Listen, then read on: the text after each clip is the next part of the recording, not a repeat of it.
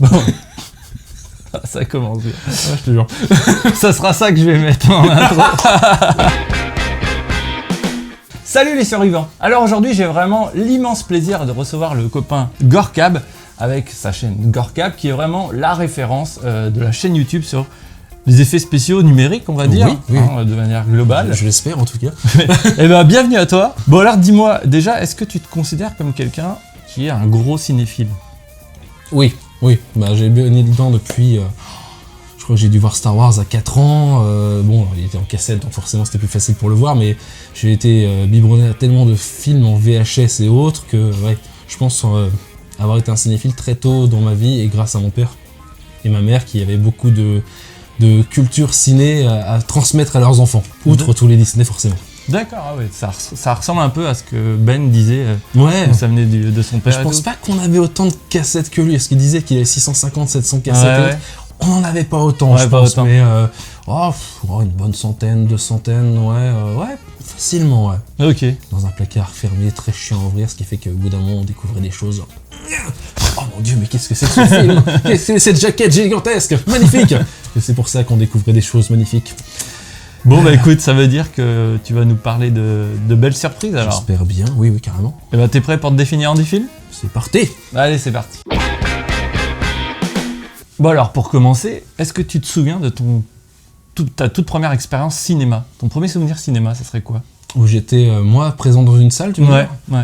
Alors, je l'ai en raconté par mes parents parce qu'en fait, c'était un dessin animé Disney. C'était Oliver et compagnie, que je n'ai pas vu en entier parce qu'apparemment, je ne tenais pas en place à 3 ans et des poussières quand il est sorti en France.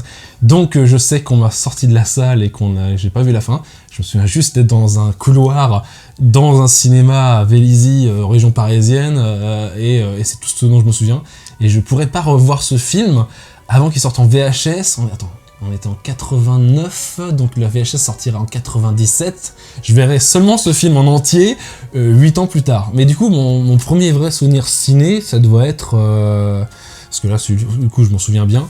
Ça doit être La Petite Sirène, en 1990, quand il est sorti en France, et vu au Grand Rex avec la Féerie des Eaux. Mon père était fasciné par la Féerie des Eaux du Grand Rex. Il faut qu'on aille voir le Disney au Grand Rex, et il faut qu'on ait la Féerie des Eaux. Il fallait que ce soit un tout, il fallait absolument que ce soit comme ça. Et oui, c'était un très bon souvenir, et le plus gros souvenir marquant, La Petite Sirène. Et tu crois que c'est de là qu'est venue ta cinéphilie ? Non, je pense pas. Parce que aller au cinéma, c'était quelque chose d'exceptionnel et autre. Donc on allait voir certains films adaptés à notre petit âge, mon frère et moi. Ouais. Mon frère a 2 ans de moins que moi, du coup je sais même pas s'il avait pu aller le voir ou si son premier ciné c'était... je pense que son premier ciné c'était l'année suivante avec Fievel au Far West en 91. Me souviens de ça parce qu'il voulait aller le voir, moi j'en avais rien à faire à ce moment-là. Mais non, c'était sûrement parce que VHS et mon père avait Canal+, sûrement piraté d'ailleurs avec un décodeur fait maison, je crois bien, à l'époque. Oui, ah ouais. L'époque où ça pouvait être possible. Ce qui fait qu'on a beaucoup de VHS de films où quand t'as trop d'action à l'image, le décodeur déconnait. Genre, un exemple particulier, Merlin l'Enchanteur de Disney, où il fait à la Kazam, et quand il le fait, et que ça fait un énorme boucan, le décodeur ne décode plus, ce qui fait que t'as l'image qui est cryptée juste pendant 1 seconde. Et à chaque fois qu'on regardait la VHS du film, à chaque fois c'était... On savait que ça allait décoder à ce moment-là. Et tous les films de Disney ou autres, tous les films enregistrés sur Canal, on savait que c'était ça parce que ça allait déconner dès qu'il y avait un peu trop d'action à l'image, genre. À l'époque, c'est ça. Donc ouais, je pense que c'est plus les VHS qui font que ça a développé ma cinéphilie, et forcément Star Wars vu très tôt. Et c'est peut-être aussi pour ça que j'ai un rapport aussi particulier avec non pas le premier ni le deuxième Star Wars, mais l'épisode 4, l'épisode 5 du coup, pour être bien précis, mais plus le retour du Jedi, avec la version malmenée sur le DVD et le Blu-ray, malheureusement vendu aujourd'hui, où il n'y a plus la chanson des Ewoks à la fin, à laquelle j'étais très attaché. Ta passion pour les effets spéciaux, est-ce que justement, là tu me parlais de Star Wars, est-ce que c'est lié à Star Wars ou pas ? C'est pas lié à Star Wars, vu qu'on avait Canal+, en fait, à l'époque, il y avait sur Canal une émission qui s'appelait L'œil du cyclone, et qui faisait une émission spéciale tous les ans pour parler du festival français qui s'appelait Imagina. qui n'existe plus aujourd'hui, mais qui en gros se passait à Monte-Carlo, si je ne me trompe pas, et qui montrait en gros toutes les nouvelles images et autres.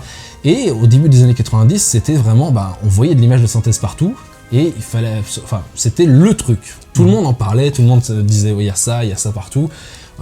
Il y avait toujours un nouvel effet à montrer, le morphing est né comme ça, on l'a vu partout, c'était absolument génial. Et je pense que c'est lié à ça. Je pense que c'est vraiment lié à ça, et au fur et à mesure, mon père aimait beaucoup voir des making-of aussi. Bon, on avait que la VHS du coup, parce que le Laserdisc, le gros disque qui est son ancêtre du DVD où il y avait tous les bonus, c'était beaucoup trop cher. Donc avoir des bonus, c'était un peu chaud. Mais savoir ce qui se passait derrière le film était déjà très intéressant, et c'était une passion qui m'avait été transmise par mon père. Et je pense que c'est à partir de là que je me suis un peu plus intéressé à ça au fur et à mesure. Et comme on avait un ordinateur déjà à la maison, je suis né avec un ordinateur entre les mains, on peut dire que ça, je voyais toutes ces nouvelles images au fur et à mesure, tout ce qu'un PC pouvait afficher. Enfin, j'avais une Mega Drive, mais on jouait plus sur PC à Command & Conquer, à Warcraft 2, Warcraft 1 même d'ailleurs aussi, ou Duke Nukem, avant Duke Nukem 3D, même si on a fait Duke Nukem 3D, Duke Nukem 2, où c'était un jeu de plateforme et tout, Commander Keen, enfin tous ces vieux jeux comme ça où on n'avait pas encore Windows avec une interface, on devait taper genre, ok, C2 points, on allume le PC, c'était C2 points, faut taper, ok, c'est sur D2 points, tu tapes le nom du jeu, ok, il y a une directory, tu tapes ça, et là tu as la liste de jeux. Oh, c'est clair. C'était vieux, mais ouais, on jouait majoritairement sur PC avec un clavier, et forcément, deux frères étant sur un seul et même PC, ça gueulait pour ça. Mais on était vraiment versé par tout ce qui était images générées par ordinateur, et le fait que ce soit intimement lié avec l'ordinateur, le PC et autres, je pense que ça a pas mal joué, même s'il y a énormément de films qui sont évoqués dans mon émission que j'ai pas pu voir avant un certain âge. Parce que Canal on l'a eu jusqu'à une certaine période, mais après on l'avait plus. C'est genre vous choisissez, soit on a le satellite, enfin le câble, Canal Jimmy, Canal J à l'époque, ou soit on a Canal+. Et genre un matin je me réveille, il y en avait plus le câble, genre je peux plus voir la 11, qu'est-ce qui se passe? Et je pense que c'est à cause de ça que certains films, j'ai pas pu les voir pour être à jour sur certains films pendant un sacré bout de temps. Et c'est peut-être au milieu des années 90 que là ça a commencé à être en mode ok, Terminator 2 est diffusé sur TF1 en 81. Faut savoir qu'à l'époque, pour avoir un film sur les chaînes télé genre TF1 et autres, c'était 4 ans après. Donc TF1, Terminator 2 c'était 91, donc il est sorti en 95 sur les écrans, et c'est la seule façon de pouvoir le voir à ce moment-là pour quelqu'un qui ne l'a pas vu en cassette ou autre, et donc choc à 9 ans forcément. Et donc imaginez le T1000 et autres, et peut-être des choses comme ça qui font que certaines images piochées à droite à gauche, vues à la télé pendant les publicités et autres, ou des dessins animés, mais les films plus sur le tard. Mais un vrai intérêt pour ces images nouvelles, parce que tout le monde en parlait, et qu'il fallait forcément être à la page, mais aussi je pense que il y avait peut-être aussi un intérêt pour moi de savoir ce qu'il y avait derrière, comment c'était fait derrière, et ce jusqu'à aujourd'hui du coup. Ok. Et du coup, donc tu nous as parlé de ton premier souvenir cinéma, mais quel a été le film qui a bercé ton enfance, quoi, que tu regardais sans fin? C'est marrant que tu dises sans fin. Ok. C'est l'histoire sans fin. D'accord. Voilà. Non, l'histoire sans fin, pareil, ça devait être enregistré sur Canal, mais je crois que j'ai bousillé. Comme beaucoup de gamins qui regardaient des cassettes vidéo à cette époque-là, j'ai dû bousiller la cassette à force de regarder, et puis forcément, comme j'étais un petit garçon à 4-5 ans, forcément, quand le... Spoiler alerte, attention. Quand Artax est un peu emboué, pour être... En fait, je spoil rien, je dis juste qu'il est emboué. Oui, ça fait des émotions sur un petit enfant. Oh, le pauvre cheval. C'est vrai que voilà, donc oui, l'histoire sans fin, vue, revue, la chanson de Limal dans la tête constamment et autres, enfin, ça... Écouter le thème de l'histoire sans fin, ça me ramène à une époque où, j'ai des souvenirs de cette époque-là, encore aujourd'hui. Parce que certainement aussi c'était un autre appartement et autres, mais j'arrive à me souvenir de ma vie d'enfant, de quand j'avais 3-4 ans. Punaise. Ce qui est très rare chez Ah, des ce qui est- personnes, apparemment. Mais ouais, je sais exactement replacer l'appartement de l'époque et comment regarder telle ou telle cassette vidéo et autres. Et ouais, Ok. Histoire sans fin. Ce film a extrêmement bien vieilli sur Ouais. de nombreux points. Et le film arrive toujours à me faire peur, en fait, sur le loup. Ah ouais. Le loup, dès qu'il arrive avec la musique par derrière, les yeux verts dans l'obscurité et autres, il y a très peu d'apparitions du loup. Oh putain, voilà, j'ai la chair de poule encore une fois, c'est génial. Je confirme. Rien que d'en parler, le loup me fait encore flipper aujourd'hui. C'est jusqu'à la fin où il discute avec Atreyu, genre les deux le loup ne sait plus quelle est sa mission parce qu'il l'a oublié à cause du néant. Et Atreyu lui dit que c'est lui et qu'il lui saute dessus, et même si c'est rudimentaire parce qu'on voit pas vraiment la marionnette s'approcher d'Atreyu, la musique, les yeux, tout font qu'il y a une ambiance irreproduisible, inimaginablement. Enfin, je perds mes mots, n'importe quoi. Mais ouais, c'est particulier au film et aucun autre film après n'a réussi à reproduire cette ambiance si particulière parce que. Imagine-toi que, quand même, ce loup pour un gamin de 4 ans, quand même, je sais pas combien de cauchemars j'ai dû faire à cause de ce foutu loup, mais ouais, c'est clair. j'imagine que l'époque, voilà, enfin, c'est propre à tous les parents d'époque qui se rendaient pas forcément compte de l'impact que pouvaient avoir certains films sur leurs gamins. Enfin bon, mes parents n'étaient pas au point de me montrer Zombie, mais voilà quoi. Parce que putain, Zombie pour un gamin, c'est chaud quand même. C'est chaud. Alors maintenant, est-ce que tu peux nous dire quelle a été pour toi ta plus grosse claque cinématographique ? Ben, selon les âges, ça bouge pas mal. Le premier film, autre qu'un Disney, que j'ai vu au cinéma, je devais avoir 9 ans du coup parce qu'il y avait un an de décalage encore à l'époque entre les sorties françaises et les sorties américaines, ça doit être Stargate.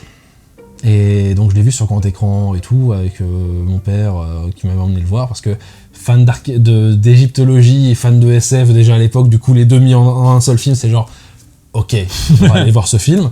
Et ouais, grosse claque, parce que, c'est fou. Enfin, ce film était fou, et c'est aussi pour ça que je pense que j'ai mis très longtemps à peu près apprécier la série, à peu près, hein, parce que elle a très mal vieilli elle aussi, parce que c'était...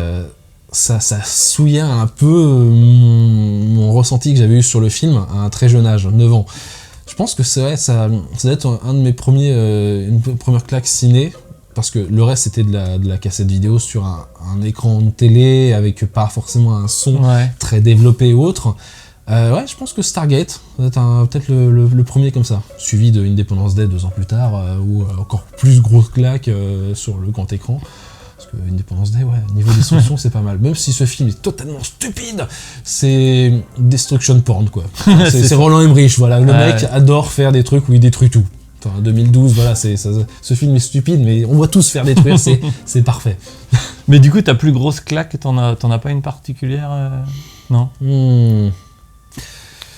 Ah, c'est ça qui est chaud, en fait, parce que selon les âges, selon les périodes de ta vie, c'est délicat. Là, je pourrais te dire que là, ma plus grosse claque actuelle, c'est Alita Battle Angel, parce que voilà, vu en IMAX 3D et autres, ça redéfinit plein de choses pour le fan de science-fiction que je suis et le fan d'effets spéciaux que je suis et de tout ce qu'il y a autour. Mais j'ai plus des claques, une grosse claque par an qui peut différer totalement. Je veux dire, mon film de 2018, ce serait Annihilation, par exemple, de Alex Garland, qui sortira bientôt enfin en physique et pas seulement sur Netflix, voilà. Mais ouais, remarque, ça rejoint peut-être mon film préféré. Et bien du coup, c'est l'occasion de te demander quel est ton ou tes films préférés ou cultes. J'en ai plusieurs en plus. Bon, je vais indétrônable pour moi depuis que je l'ai vu en salle. J'avais même pas 12 ans et je sais même pas comment j'ai réussi à pouvoir voir ce film avant 12 ans. Starship Troopers. Voilà. Je l'ai vu, je l'ai possédé dans tous les formats possibles et imaginables. J'ai eu la VHS, le DVD double face, le laserdisc, l'UMD vidéo, le Blu-ray. J'ai pas encore vu le Blu-ray 4K, donc je sais pas ce qu'il donne, mais ce film est fou et il a tellement de degrés de lecture qui fait que le garçon de 11-12 ans qui voit ça voit un truc de fou furieux. Puis après, au fur et à mesure, tu vois les messages politiques derrière, tu vois tout ce qui est... Ce film est fou à des niveaux inimaginables. La satire sociale, quoi. Mais il est ex aequo avec un autre film que j'aime, qui est de la même année, et qui est complètement, radicalement différent, qui s'appelle Gattaca, Bienvenue à Gattaca en français, qui parle de manipulation génétique et autres, et que lui, je n'ai pas vu en salle, malheureusement, je l'ai vu sur... on s'était abonné à Canal+ à ce moment-là, vu sur Canal en 99, et présenté comme étant l'enfant qui, contre toute attente, va... Le mythe, quelque part, vu dans tellement de films, l'enfant qui va se dépasser et arriver à concrétiser ses rêves malgré que tout le monde lui dise non, tu n'y arriveras pas. De base, c'était ça pour le gamin que j'étais en 99. Puis en fait, au fur et à mesure, il est vraiment ex aequo avec Starship Troopers parce que c'est... Je dirais pas qu'ils sont complémentaires, mais c'est peut-être mes deux états d'esprit permanent. Je pense, la tristesse infinie et l'éclat total avec de l'hémoglobine partout, des chairs et tout. Phil Tippett, mon amour. Alors tu nous disais tristesse infinie. Oui. Tu as l'air d'être un grand sensible parce qu'il est très grand, je tiens à le dire. Quel est du coup le film qui t'a fait le plus pleurer, tu vois, qui t'a vraiment marqué de ce point de vue-là, quoi. Encore aujourd'hui. Alors c'est un film d'horreur, c'est ça. C'est La Mouche 2. D'accord. Pour une scène qui, invariablement, si je regarde le film, va me faire pleurer. Bon, du coup, je vais spoiler encore les gens, malheureusement. Mais dans La Mouche 2, alors du coup, il faut avoir vu le premier. La Mouche 2 se déguste particulièrement bien. Si vous avez vu La Mouche 1 en premier, vous pouvez voir les deux films d'affilée, c'est une merveille. Pour beaucoup de gens, La Mouche 2 n'est rien d'autre qu'une pauvre suite pourrie, alors qu'en fait c'est le chef maquilleur du premier, le mec qui a fait tous les effets spéciaux physiques, la transformation de Jeff Goldblum dans La Mouche, qui réalisait le deuxième. Donc c'est une tuerie pour ça déjà de base. Donc il y a une histoire dans La Mouche qui se passe autour de téléporteurs. En gros, un mec veut prouver que son invention fonctionne et donc se télétransporte lui-même d'un télépod A à un télépod B. Malheureusement, il y a une mouche qui se télétransforme avec lui dans le processus. Et donc, il va se transformer en mouche. Et voilà, ça c'est le principe du premier film. Le second, en fait, avec sa copine, ils ont un peu niqué. Et la nana attend un peu, en fait, un enfant qui forcément est un peu génétiquement différent. Et donc, ils se retrouvent dans un complexe privé, Bartok Industries, où ils testent encore, les mecs ont récupéré les télépodes restants, et ils testent pour voir s'ils arrivent à le faire marcher. Et ils le testent sur des animaux, dont, je crois que c'est un labrador. Forcément, ça ne marche pas très bien. Et le labrador, enfin le chien, est dans un sale état. Il se venge en arrachant 3 doigts aux scientifiques, c'est très joli. Et du coup, en fait, il est dit au garçon, qui a une croissance accélérée, à 5 ans, il a l'apparence d'avoir 20 ans, joué par Eric Stoltz, l'acteur qui à la base devait faire Marty McFly avant de se faire virer du tournage de Retour vers le futur. Donc voilà, il a une carrière alternative, notamment dans Pulp Fiction aussi, où il fait le dealer, excellent dealer. Où c'était Kurt Cobain qui devait faire le dealer. Sérieusement. Tu vois le style avec... Je vois carrément c'était prévu pour Kurt Cobain, mais c'est tombé à l'eau, du coup. Ah, ouais. Il faisait aussi le père un peu pédophile dans L'Effet Papillon aussi. Il a eu une carrière de mec dérangé un petit peu, donc voilà, c'est pour ça. Et à 5 ans, donc il a 20 ans. Donc ils lui disent voilà, tu peux te balader maintenant, t'as plus de droits dans le truc. Leur but dans le 2, c'est que le fils continue les recherches du père et arrive à faire marcher les téléporteurs pour eux, quoi. Mais du coup, un soir, il va dans une soirée qui se passe dans la compagnie et tout, il voit des gens qui sont un peu genre ah, c'est dégoûtant et tout, comment ils arrivent à maintenir cette chose en vie, ça fait combien de temps? Oh, ça fait plusieurs années et tout. Et bon, lui s'approche, c'est une espèce de coupole en verre qui permet de voir une espèce de prison comme ça. Et en fait, il voit le chien. Il voit l'animatronique du chien, qui est un robot fou. Enfin, le mec a designé ça, enfin, c'est magnifique. Et le chien est encore en vie, dans un sale état, avec un œil là, la bouche avec la langue qui pend, les dents complètement explosées et tout. Et on voit le chien. Et donc forcément, bah, ils se sentent pas bien. Et le soir, il va dans l'enclos. Le chien le reconnaît, avec la musique de Christopher Young par derrière qui est juste folle à ce moment-là. Et ben, il a pris du chlore et en fait il va achever la pauvre bête. Mais Ouais. voilà, ça atteint bien à chaque visionnage. Je peux pas m'en empêcher. C'est à chaque visionnage, c'est le même moment. Le chien en plus reconnaît le gars, le mec Ouais. d'avant. Donc il y a les bruitages qui vont bien, il y a la queue du chien qui bouge. Ça atteint grave. Alors, tous les gens qui peuvent dire que La Mouche 2 est pas bien, juste pour cette scène, je défie quiconque de pas verser une larme devant cette foutue scène avec ce chien animatronique qui est horrible. Et bah du coup, pour contrebalancer, là, quel est le film qui t'a le plus terrorisé, toi? Alors, je pense... Ouais, il marche encore un petit peu aujourd'hui, mais c'est sur plusieurs aspects. C'est un Romero, Ouais. et c'est Le Jour des Morts Vivants. Alors, sûrement, encore une fois, un truc diffusé sur Canal très tard le soir et autres. Je crois qu'il avait été enregistré et autres, et je l'avais revu après en mode... Qu'est-ce que je vois? Pourquoi cette femme est dans cette pièce blanche? Pourquoi elle regarde ce calendrier? Et puis là, t'as toutes les mains qui sortent du mur pour l'attraper. Déjà, cette scène-là m'avait marqué. Ensuite, quand ils sont dans l'hélicoptère et qu'ils sont en train de chercher des survivants et autres, et ce zombie qui arrive, qui cache le soleil, on voit qu'il a plus de mâchoire, juste une langue qui pend comme ça, et là, Day of the Dead. Oh. Enfin, plein de choses. Le fait qu'on puisse couper un bras, comment ça s'appelle? Avec du feu pour...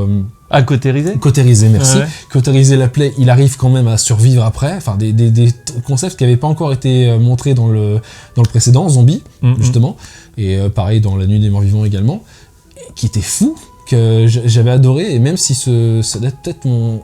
j'y pense, ouais. Ça doit être peut-être mon premier film de zombie, en fait. Ah ouais? Peut-être pour ça qu'il a eu un impact aussi fort sur moi. Et j'en ai vu plein d'autres après, tous les films que je pouvais, dont La Nuit des Morts Vivants, qui est exceptionnel, mais qui est plus une comédie d'horreur complètement folle. Et enfin, avant de voir ce film, je m'étais toujours demandé, mais les morts vivants, en fait, ils bouffent tout. Pourquoi est-ce que dans la culture populaire, c'est genre brains, les cerveaux? D'où ça vient de bouffer du cerveau? Et ça vient de La Nuit des Morts Vivants, et le fait qu'en fait, dans La Nuit des Morts Vivants, c'est pas genre on explose la tête du zombie. Voilà, si je prenais une pelle et que je défonçais la tête de ce zombie ici présent, il serait mort. Je confirme. Dans la logique de La Nuit des Morts Vivants, si on sépare la tête du corps, les deux continuent de fonctionner. C'est ça qui est horrible. Et ce film est fou pour ça. On voit c'est un gaz bizarroïde qui ranime les morts. Il y a des bestioles coupées en deux. En fait, elles sont en train de fonctionner. Donc, un chien coupé en deux c'est fou. C'est de la folie. Enfin, voilà. La Nuit des Morts Vivants, pendant complètement fou. Mais ouais, Le Jour des Morts Vivants je pense que c'est vraiment celui qui a le plus gros impact pour moi. En plus, avec les maquillages de fou qu'il avait. Ouais. Et l'histoire derrière le corps coupé qui puait vraiment la mort parce que voilà. Ah vache. Et je me sais toujours pas. J'y pense, ouais, parce que j'avais lu l'histoire encore récemment, comme quoi les figurants qui faisaient les zombies faisaient semblant d'avoir les viscères dans la bouche. Ouais. Et en fait, je crois, en le lisant, en fait, il faudrait que je le revérifie de nouveau, surtout avec les versions HD en plus de ça. Normalement, ils approchent les viscères, ils font comme s'ils ils les bouffaient, mais ils peuvent pas physiquement parce que les trucs étaient vraiment pourris. Ouais, donc je pense pas que ce soit possible qu'ils aient mordu dedans. Voilà. Ah, tu m'étonnes. Et notamment aussi dans le retour, dans Le Jour des Morts Vivants, un truc qui m'avait fasciné, c'est un mec qui se fait arracher la tête, mais du coup le sound design suivait le truc. On l'entend crier. Et quand il se fait arracher la tête, on entend les cordes vocales qui sont distendues et le son qui change. Et c'est genre, oh, ils ont pensé à faire un truc comme ça dans le film. C'était exceptionnel. Enfin, Le Jour des Morts Vivants est fou pour moi. Bon alors, une fois de plus, on s'est promis, ça reste entre nous. Quel est le film que t'as honte d'aimer regarder? Merde. Parce que j'ai pas honte de regarder les films en fait. Il y avait un genre de truc genre les hommes ne pleurent pas, ils ne peuvent pas voir ces films, certains films et tout. En fait non, j'ai aucune honte à voir certains films. Ah merde. Parce que d'autres ont cité Grease, mais Grease, il y a aucune honte à le regarder, il est stylé, il est fun, il est génial. Ah, Si t'as pas. j'en ai un, mais en fait, parce que si je parle du film, certains pourraient croire que c'est pour un aspect du film, alors qu'en fait c'est le tout. Life Force de Toby Hooper. En fait, c'est un tel mash-up de tellement de trucs. Enfin, je veux dire, c'est Mathilda May à poil. C'est tout ce dont les gens se rappellent quand on parle de Life Force. Alors que derrière, il y a tellement de choses. Il y a des zombies. Il y a des putains de bons zombies dans Londres qui envahissent Londres avec des trucs. Il y a des trucs de science-fiction dans l'espace. Il y a des chauves-souris, des vampires qui prennent l'apparence humaine. Il y a des maquillages de fous furieux. Il y a des cadavres de... Enfin, c'est tellement n'importe quoi que les gens, si on parle de Life Force, ils connaissent un peu Life Force, pour eux c'est « Ah, tu regardes ce film parce qu'il y a une femme à poil !» Ah oui, d'accord. Non, il y a beaucoup plus de choses. Oui, mais il y a une femme à poil. Oui, ok, il y a une femme à poil, ok, oui, mais il n'y a pas que ça. Oui, mais il y a... Ah, ta gueule. Voilà. Donc ça serait dans ce sens-là, quoi. Peut-être dans ce sens-là, ouais, je pense. Par exemple. Bon, et du coup, est-ce que t'es adepte des nanars? Non. Non, tout ce qui est Sharknado et tout, ça me fait bien marrer. Alors j'en ai vu des nanars. C'est pas vraiment des nanars, hein, Sharknado. Ouais, non, c'est des trucs qui se disent, ok, on est des nanars, du coup, regardez-nous. Ouais. Donc t'aurais pas un nanar qui t'a marqué? Ouais. J'en ai parce que j'étais en stage dans une chaîne de télé qui s'appelle Gong. Et je devais, à la base, c'est un stage de communication, parce que j'ai fait un BTS communication. Et en fait, au final, j'encodais les vidéos, j'encodais les films pour leur VOD. Donc j'ai vu des sacrées merdes. Ils avaient récupéré un catalogue de saloperies incommensurable. D'ailleurs, petite anecdote, ils avaient du Blu-ray dans leur truc, mais comme ils n'ont que du Mac, il n'y a pas de lecteur Blu-ray sur Mac. Donc je dis au boss, ramenez-moi un lecteur de Blu-ray, et moi je vous rip ça et tout. Le mec me ramène sa platine de salon. Il pense que je vais faire du rip avec ça. Donc je lui ai dit, ok, filez-moi un disque dur, je le fais de chez moi, ce sera plus simple. Parmi ces Blu-ray, il y avait Assault Girls. Qu'est-ce que Assault Girls? Ça vous dira rien comme ça. Mais le nom est vendeur. Le nom est vendeur. Assault Girls, le sous-titre de Assault Girls, c'est Avalon 2. Ah oui, d'accord. Et c'est un film de Mamoru Oshii. Ah ouais? Oui. C'est une horreur. En gros, c'est Monster Hunter avec des filles. Et c'est lent et chiant. Donc c'est un nanar sans vraiment être un... Il y a pire, je vais y venir, mais dans Assault Girls, il y a une scène de 5-10 minutes où on voit une nana, une des 3 nanas chasseuses, en train de bouffer de la viande. Au coin du feu. Sans rien faire. C'est très long. Très très long. Non, parmi les trucs que j'ai pu voir, il y avait un truc qui s'appelait Shark in Venice.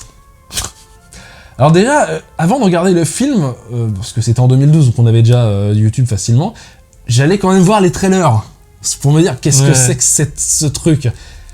Shark in Venice, donc comme son nom l'indique, ça se passe à Venise. Ce sont des requins mutants qui ont envahi les canaux de Venise et qui bouffent des gens. Avec du stock footage de requins en pleine mer où on voit le rivage au bout et on n'est plus dans des canaux là. Ouais. Shark in Venice. Ok. Et le dernier exceptionnel, on se marre toujours avec un pote là-dessus, lors du E2, monsieur Étienne Fouillade. C'est... Je sais plus son nom, mais en gros, on suit les tribulations d'un... C'est un film japonais. D'un homme avec un... Donc c'est un salaryman au Japon. Il a un masque animatronique, donc avec les oreilles et tout qui bougent, de panda.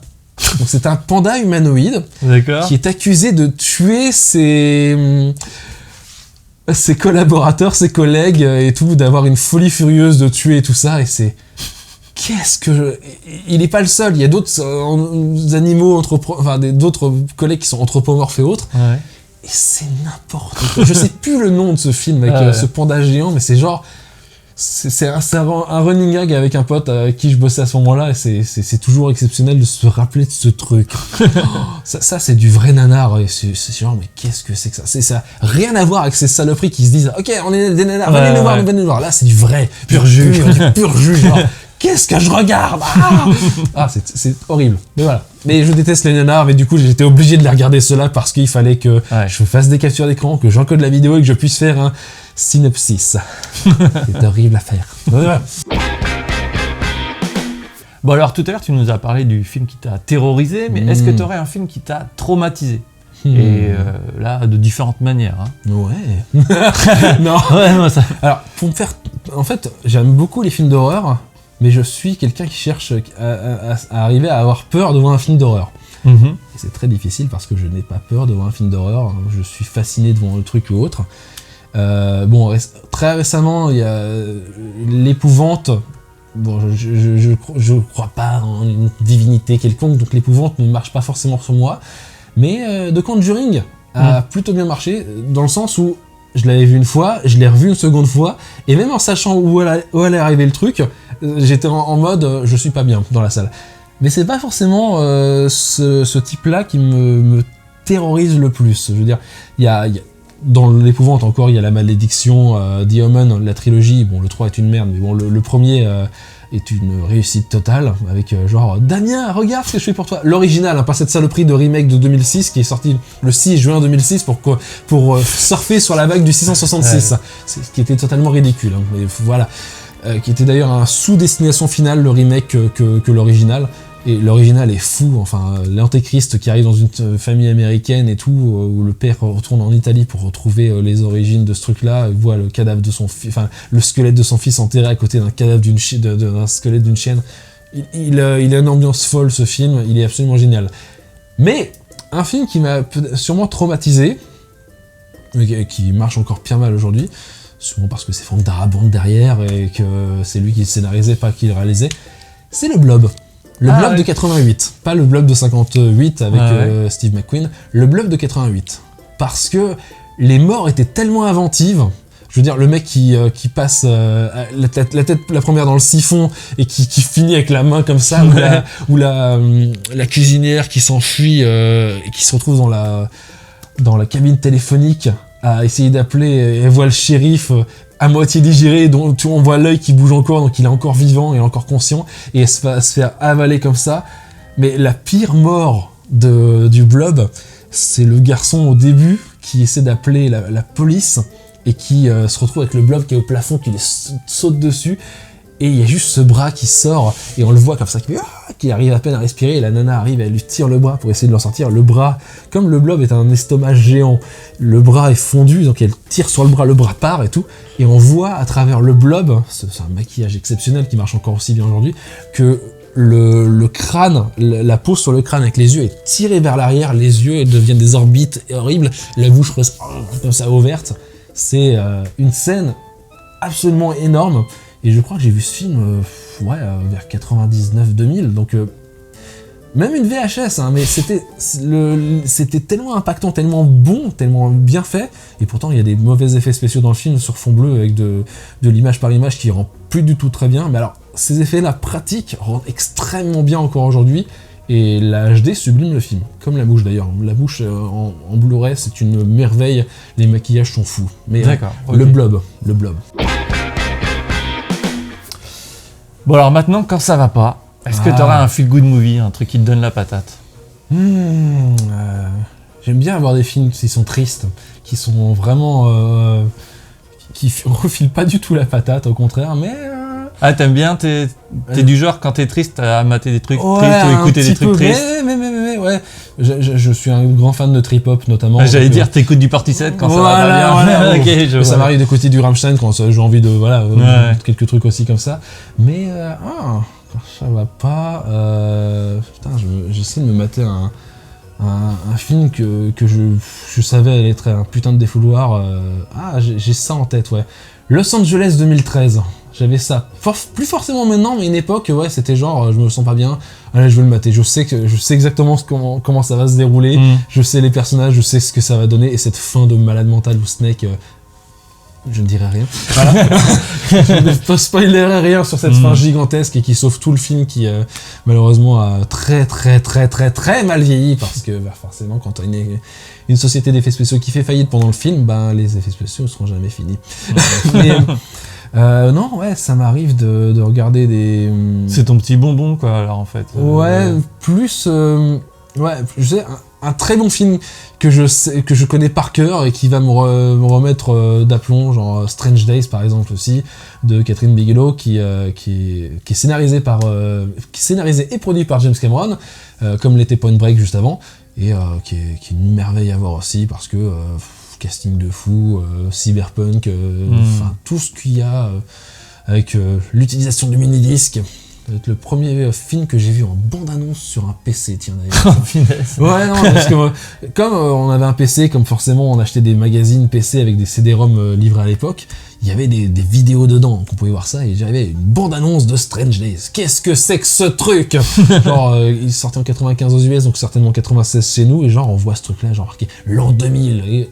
Dans les années 90, l'an 2000, c'était un truc de fou furieux, genre... C'est clair. On va voir ça, qu'est-ce qui va se passer en l'an 2000, on va tous avoir des voitures volantes et tout, enfin, un gamin qui croit dur quand ouais, on va avoir des voitures volantes. Non, rien du tout en 2000, juste le bug de l'an 2000, le bug de l'an 2000, c'est tout ce qu'il y aura, c'est tout. Voilà. Le bug de l'an 2000 qui n'a pas forcément lieu, en plus, non, on a juste payé des techniciens à surveiller des ordinateurs le soir même, et puis voilà, quoi. Non, c'est sûrement ça, pas forcément ces deux films-là, mais...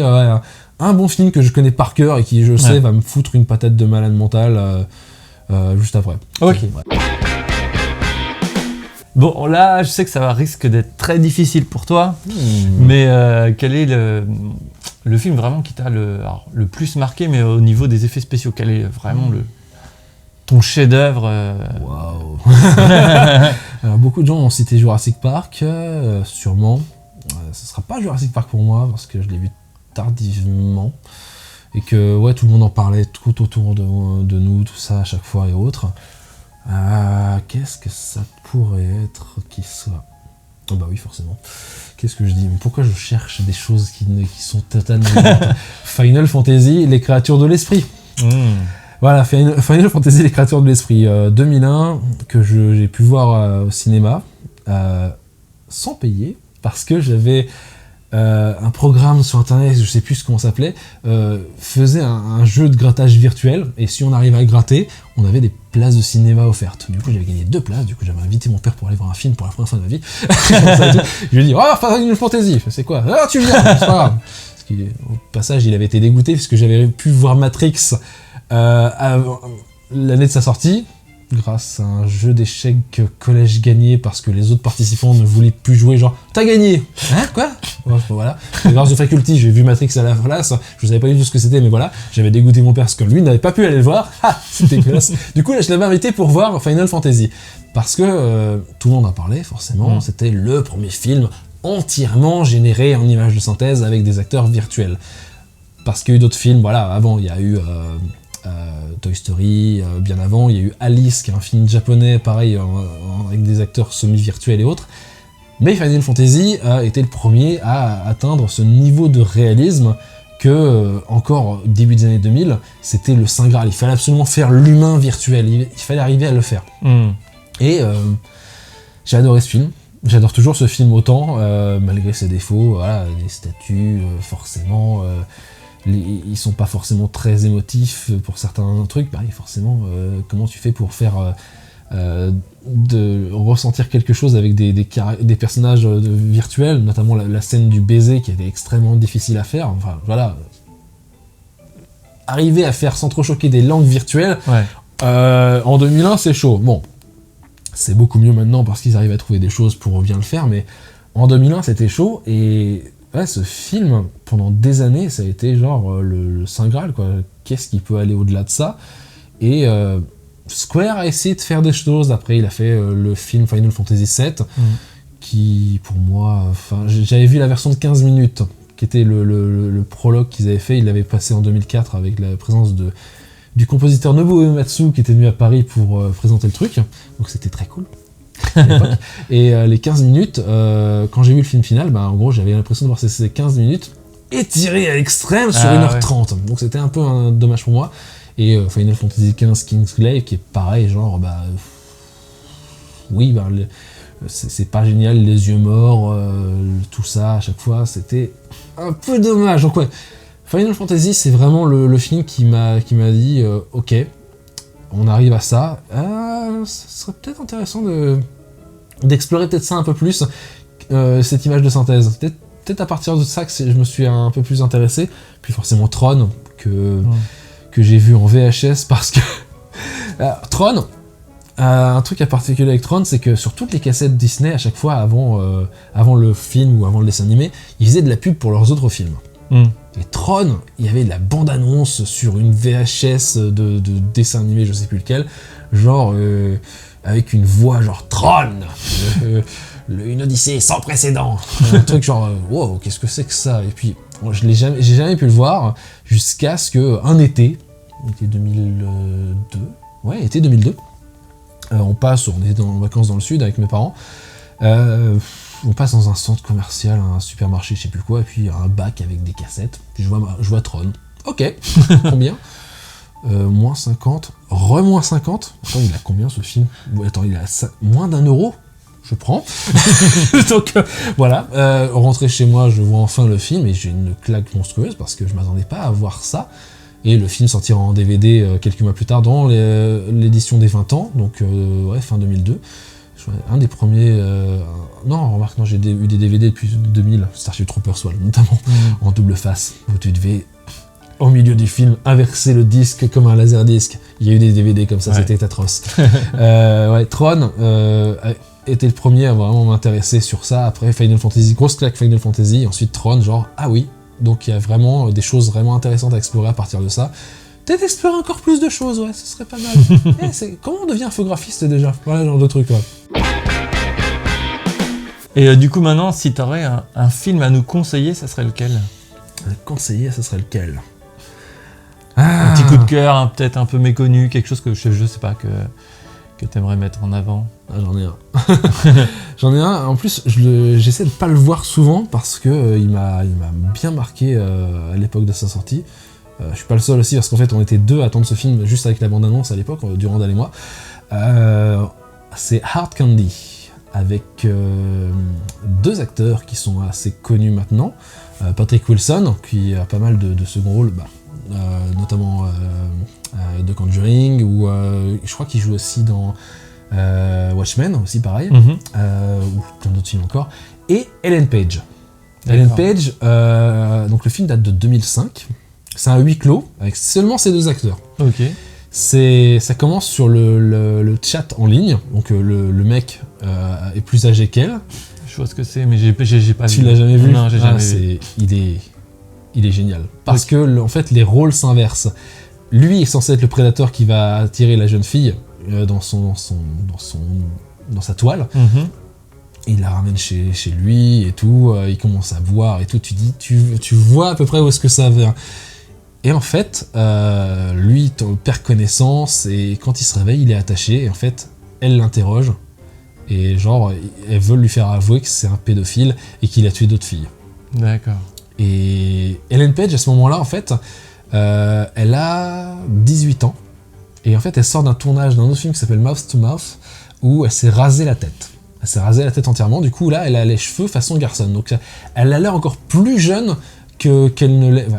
Ellen Page a toujours l'air plus jeune que son âge réel. Enfin, il suffit de voir les promotions pour Umbrella Academy pour se dire, mais quel âge cette... Voilà. Et notamment dans X-Men 3, quand elle jouait, elle avait une perruque. Tellement elle avait encore les cheveux courts pour le tournage. Et ce film, en fait, il est resté en salle, quand il est sorti en France, il est resté en salle 1 semaine. J'ai même pas pu le voir en salle. C'est comme Scott Pilgrim quand il est sorti, il est resté en salle, j'ai pas pu le voir non plus. Mais Scott Pilgrim, j'avais reçu le Blu-ray américain avant qu'il sorte en France, donc rien à foutre, j'avais tout, je l'avais, voilà. Mais Hard Candy, le problème c'est que il n'est pas sorti en Blu-ray chez nous avant, très tardivement, et uniquement en Allemagne. Pour l'avoir, faut l'importer de l'Allemagne. C'est l'horreur, quoi, déjà de base.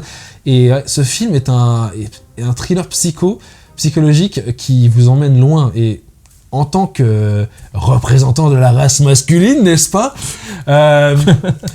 on s'identifie au personnage de Monsieur Wilson. Bon, pas en tant que pédophile potentiel, parce qu'on ne sait pas s'il l'est ou s'il ne l'est pas. C'est le coup de la torture qui fait que. Mais Ellen Page, le personnage d'Ellen Page va lui faire des choses. Et c'est un peu comme Casino Royale, une certaine scène de Casino Royale. On a mal. on ressent des choses à une certaine partie de notre corps à ce moment-là. Beaucoup d'empathie. Voilà, beaucoup d'empathie, beaucoup de... je veux pas que ça m'arrive. Voilà, Hard Candy du coup. Ouais. Ok. Absolument à voir. Bon alors, est-ce que tu aurais un réalisateur fétiche, vraiment, Ouais. dont tu loupes rien, t'attends à chaque fois son film avec impatience? Oh oui, même les choses qu'il produit justement. Bon. En ce moment, il y a Alita Battle Angel au cinéma, allez le voir, c'est trop bien, s'il vous plaît, par pitié, je veux des suites. Oui, James Cameron, et ce qui m'étonne en fait, si tu veux, c'est que j'étais un gros lecteur de Picsou Magazine dans les années 90, et à chaque fois qu'en fait, il y avait une grosse partie ciné qui était intéressante parce qu'ils avaient des scoops, des avant-premières, des trucs comme ça, des dossiers, genre dossier sur Arnold Schwarzenegger, genre il a fait tout ça dans sa carrière, genre waouh, c'est super. Et il y avait des sondages des fois genre quel est votre réalisateur préféré, quelle est votre actrice et acteur préféré, et en fait moi qui me disais ouais James Cameron c'est trop bien, enfin je veux dire j'avais réussi à voir Aliens, la fin d'Aliens, parce qu'on était rentré trop tard de course et que on avait allumé la télé en même temps qu'on rangeait les courses et qu'il y avait la fin d'Aliens qui passait, du coup j'ai pu voir le combat entre Ripley et la reine alien, la fin du combat, genre elles sont dans l'airlock et tout, voilà, elle se fait attraper le pied et tout, la toute fin, genre qu'est-ce que c'est que ce film? Et on m'avait interdit de voir les Aliens, enfin le premier, ma mère m'avait dit tu regarderas pas Alien, du coup quand j'ai vu enfin Alien, j'ai dit genre mais c'est tout, c'est pas peur. Et je pense toujours ça aussi, pareil, Alien 1 ne fait pas peur, il a une très très bonne ambiance et tout, mais il ne m'a jamais fait peur, on m'a survendu ce film malheureusement. Ouais, mais voilà, c'est le problème. Picsou Magazine, dans ce qui marquait, c'était en gros, quel est votre réalisateur préféré? À chaque fois, il n'y avait jamais Cameron. Cameron n'était pas cité comme un des réalisateurs préférés, et moi qui... alors que le mec a réalisé, je sais pas, on était avant que Titanic ne sorte. Donc il y avait True Lies qui était sorti en 94, il y avait Terminator 2 en 91, il y avait Aliens en 86, il y avait Terminator 1 en 84, et il y avait surtout un film que j'avais vu... je sais pas combien de fois, sûrement parce que mes parents étaient fascinés par la plongée et aussi plongeurs à leur temps perdu, avant qu'ils aient des enfants parce qu'après c'était un peu plus difficile pour eux malheureusement. Il y avait Abyss qui est sorti en 89, qui est l'un des plus gros paris de Cameron de l'époque, parce que il aurait pu tout perdre sur ce film. C'est un peu ce qui... Enfin, on va voir qu'est-ce que je dis. C'est le premier film où il a failli faire n'importe quoi parce qu'il était obnubilé par sa vision d'artiste. Comme il le fera sur Titanic, comme il le fera sur Avatar, comme il le fera sur tous les films de Cameron, c'est ça en fait, j'ai rien dit. Bref. Abyss, c'était exceptionnel parce que c'était un des rares films qui se passait sous l'eau, et on sentait que ça se passait sous l'eau. J'essaierai d'évoquer ça dans l'épisode de CGM quand j'y arriverai, parce que j'attends toujours que ce foutu Blu-ray sorte. Hein. On l'attend depuis des années maintenant, que Cameron prenne 24 heures de son temps pour dire la colorimétrie est comme ça, c'est bon, balancez ça, envoyez-le pour la production. Ce serait bien que tu trouves 24 heures, Cameron, ce serait cool, parce que j'adore ce film et j'aimerais bien le voir autrement que dans un fichier piraté d'une télévision, et surtout en version longue. Parce que Abyss, je l'ai vu et je l'apprécie toujours en version longue. Ça change tout le film, parce que... le twist final est motivé, et pas juste genre oh là là, il aime sa femme, c'est trop bien, on va le sauver. Je ne dis pas qui va le sauver, je ne spoil pas. Et ce film a été exceptionnel pour nous parce que il est marquant. Même, je sais pas à quel âge on l'a vu ce film aussi pareil, mais il est marquant parce que il y a une scène en particulier entre les deux personnages joués par Elizabeth Mastrantonio et Ed Harris, qui sont en couple, et bouchez-vous les oreilles si vous l'avez pas vu, voilà. Ce sera plus simple, parce que je ne peux pas parler de ce film sans spoiler ce truc-là, voilà. Ils ont qu'un seul scaphandre, et l'un des deux va devoir se noyer. Et elle se noie. Et il la voit se noyer. Et c'est filmé d'une telle sorte à ce qu'on la voit en train de pas de suffoquer, mais on voit ses mains. Cameron est un fou des mains. Tarantino est un psychopathe des pieds. Tarantino, c'est un fou des mains. Il suffit de voir tous les films. Il y a un truc avec la main à chaque fois. Bon, Titanic forcément, mais Terminator, ou la scène de sexe aussi pareil, avec les mains qui se mettent comme ça aussi pareil. Enfin, tous les films de Cameron, c'est les mains. Et là, c'est pas une exception, c'est pareil. Pour montrer la perte de connaissance de Lindsay, donc le personnage joué par Elizabeth Mastrantonio, on voit sa main qui s'agite, qui fébrile, et qui, d'un seul coup, se relâche. Et là, après, il y a un cut avec la musique de Alan Silvestri en fond, juste un espèce d'écho. Et on voit Ed Harris en train de transporter sa femme. Et dans le noir, ils surgissent du noir et ils arrivent vers la station et genre il doit se dépêcher le plus vite possible parce qu'elle est en hypothermie, il peut théoriquement la ranimer et autres, mais pour le spectateur à ce moment-là elle est morte. Ouais. Et quand il essaie de la ranimer et autres, on y croit qu'elle est morte, on y croit tous, on pense que c'est fini. En plus de ça, il s'acharne sur le... On peut dire qu'il s'acharne sur le cadavre, quoi. Parce que il la frappe, il la cogne et tout. Ouais. Genre, bats-toi, vas-y, réveille-toi. Genre, ils ont tout donné sur cette scène. Même le making-of montre des choses assez atroces sur comment cette scène a été filmée du point de vue de la comédienne. Parce que la pauvre, elle s'est vraiment pris des coups. Et la pellicule, il n'y avait plus de pellicule sur sa performance. Donc elle avait quitté le plateau en rage, genre merde, putain, je me suis investi émotionnellement dans cette scène pour rien. Et en fait, le montage a sauvé bien cette scène, heureusement. Mais si vous n'avez jamais vu Abyss, et je comprendrais parce que c'est un des rares films de Cameron qui n'est jamais sorti dans des conditions décentes, le DVD étant dégueulasse. Voilà, je vous laisserai chercher pourquoi il est dégueulasse, je vais pas m'étendre sur des élucubrations techniques. Mais la version longue n'est pas disponible en HD. Abyss est disponible sur Netflix depuis l'an dernier. Mais c'est la version courte. Ouais. Et malheureusement, ça change tout. Malheureusement. Donc Cameron. Sors ce putain de film en Blu-ray. Et Blu-ray 4K surtout, ce serait cool aussi parce qu'il est disponible en 4K sur Netflix. Voilà, sors-le.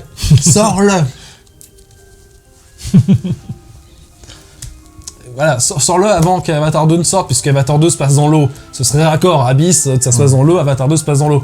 Sors-le. Bon alors, cette petite interview touche à sa fin, mais avant de terminer, j'aimerais savoir qui tu aimerais voir une prochaine fois à ta place.